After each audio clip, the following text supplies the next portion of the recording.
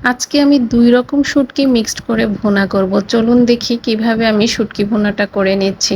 প্রথমে আমি একটু বেশি করে তেল কড়াইতে দিয়ে নিয়েছি। এর মধ্যে পেঁয়াজ, রসুন এবং আগে থেকে ধুয়ে রাখা কাচকি মাছের শুটকিটা দিয়ে ভালোভাবে ১৫ মিনিটের মতো মিডিয়াম আঁচে ভেজে নেব, যতক্ষণ না পেঁয়াজ এবং রসুনটা হালকা ব্রাউন কালার আসে।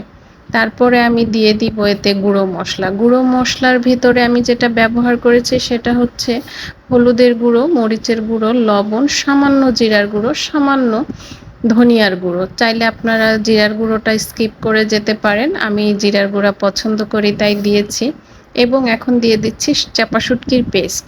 এটাতে আমি চাপা শুটকি দিয়েছি এবং সঙ্গে সামান্য রসুন, সামান্য পেঁয়াজ এবং কয়েকটা শুকনো মরিচ দিয়ে ব্লেন্ডার করে নিয়েছি। সামান্য পানি দিয়ে এখন আমি ভালোভাবে মিডিয়াম আঁচে ঢেকে ঢেকে এটাকে কষিয়ে নেব এবং সবশেষে একটু কাঁচামরিচ চেরা দিয়ে আরও ৫ মিনিট ভেজে নেব। ভালোভাবে ভাজা হয়ে গেলে আমার শুটকি ভুনাটা কমপ্লিট হয়ে গেল। আপনারাও খেয়ে দেখবেন এটা